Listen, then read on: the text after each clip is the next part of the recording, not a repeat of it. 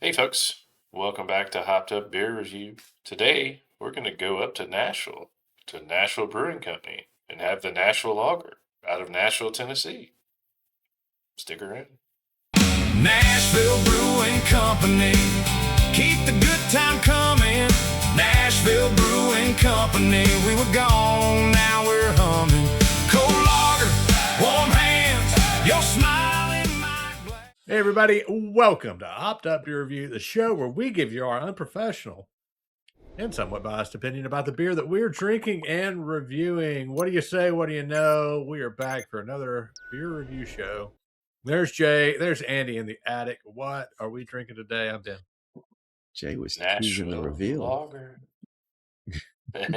You like that little tease? He's like, just the tip right there. That's all Jay was showing. Nashville Lager, Nashville Beer Company.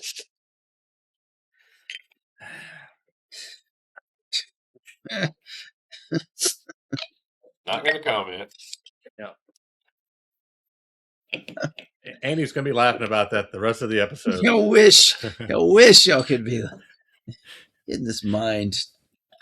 No desire to be there. There are a lot of things I wish. That is not one of them. Oh. Smells like a lager.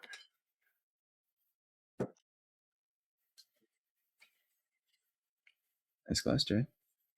Thank you. You as well. Cheers, mates. Cheers, mate. Cheers, mates.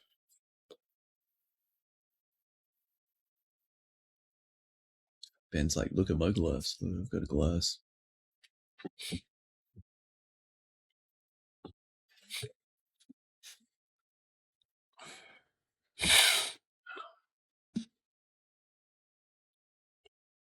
All right. Here we go. Nashville Lager. This is a Helles. It's 4.8%, 14 IBUs. This won the silver medal at the 2020 Great American Beer Festival. It also won the silver at the 2018 World Beer Classic. It's a traditional Bavarian Helles. Uses Hallertauer Mittelfrüh hops and Weihenmann Pilsner malt. They say it balances between malty mouthfeel and a spicy hop character. That was not what I expected from this bottle. We'll get to that. Nashville Brewing Company, surprisingly, is founded in Nashville, Tennessee. No. Yeah, surprisingly. And it's a microbrewery as of now. It was originally known as the Nashville Brewery. That was founded in 1859, located on High Street, which is now 6th Avenue. Operations halted during the Civil War, but then it reopened in 1865. They focused on German-style lagers. Eventually became known as South Nashville Brewery. Then it had multiple owners. They changed to Nashville Brewery around the 1880s. So back to the Nashville Brewery. Then it changed to the Moorland Gerst Brewing Company. Then it changed to the William Gerst Brewing Company until it closed in 1954 due to national competition. Not Nashville competition, national competition. And a man named Scott Murty moved to Nashville in 1992 and began collecting memorabilia of the brewery. And then he wrote a book, Nashville Brewing, and was published in 2006. And then he had a marker erected by the Nashville Historical Commission, dedicated to the brewery. And then in 2016, he had released Nashville Lager with the co-founder of Blackstone Brewing Company. They did a contract brewing through Blackstone Brewing, which I think we're going to have one from Blackstone coming up later. But Blackstone is the oldest craft brewery in Nashville, currently founded in 1994. So interesting. This is like a beer without a home. It contracts. So there's no dedicated brick and mortar brewery. Yeah. It's really interesting to have liked the brewery and find enough information on it, having probably never had the beer. I would suspect that you go on to reopen a brewery, more or less. It's an interesting path. I could see that if you were in a small town without a brewery and you're like, let's get the band back together. But, Nashville's got multiple breweries. Right. This is history buff. I don't know. Yeah. All right. Perhaps he's on the spectrum. I don't know. Yeah. Don't know. All right. Who's had this one? Anybody other than me? It seems to be a trend. Is anybody as cool as me? Yeah. No. No, I got this family went to a trip to Nashville, and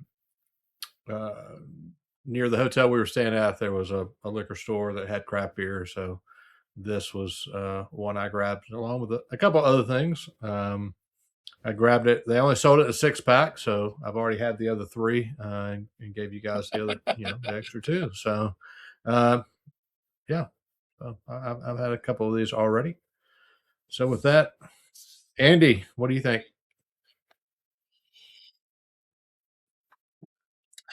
I'm searching for the spicy hop character. I get a lot of sweet malty, and I can slightly detect the German Helles flavor.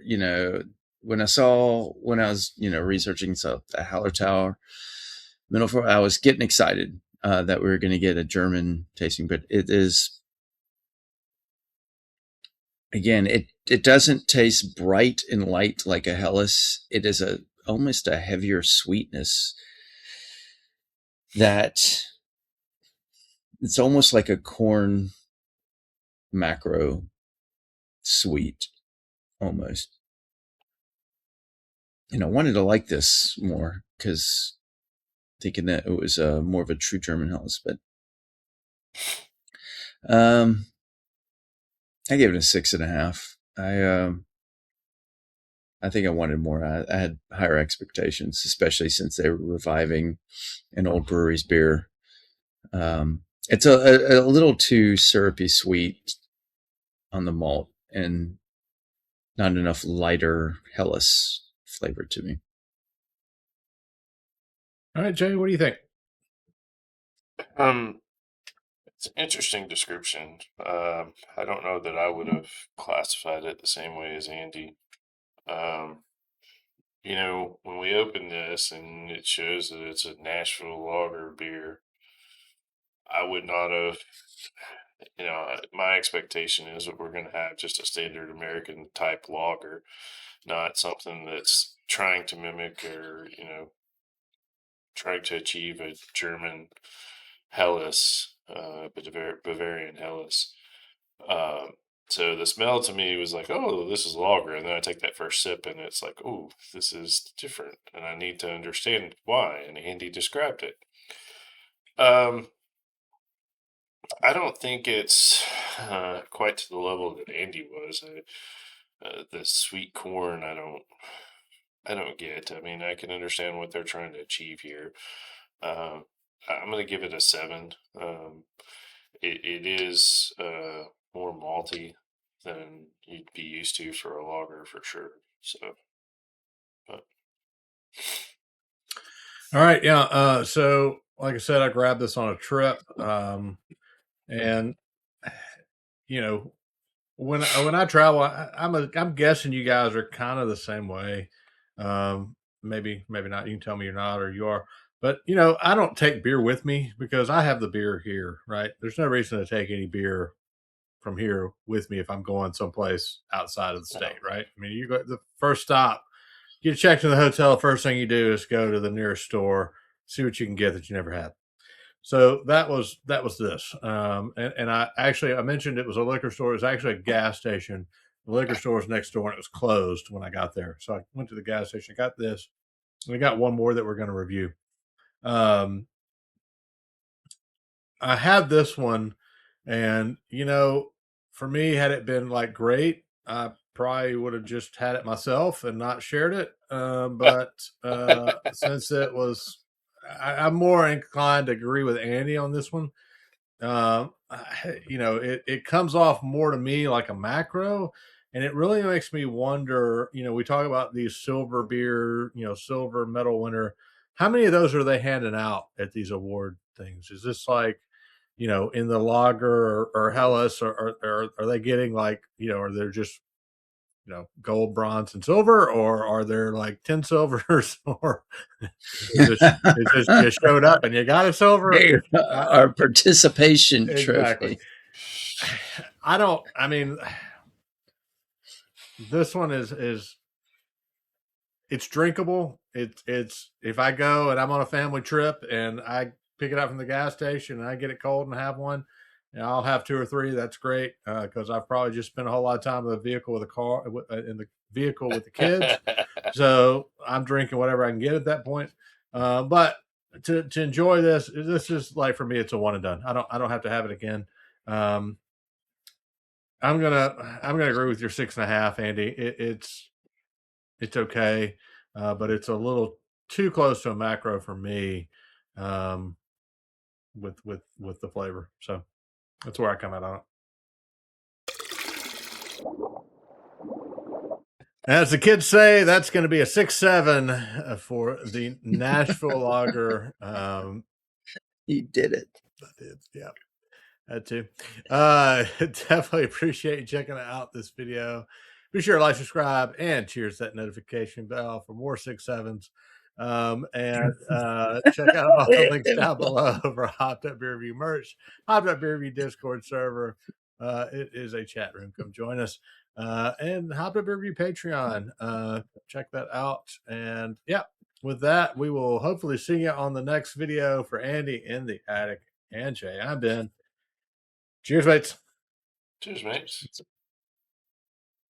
Nashville Brewing Company, keep the good time coming. Nashville Brewing Company, we were gone.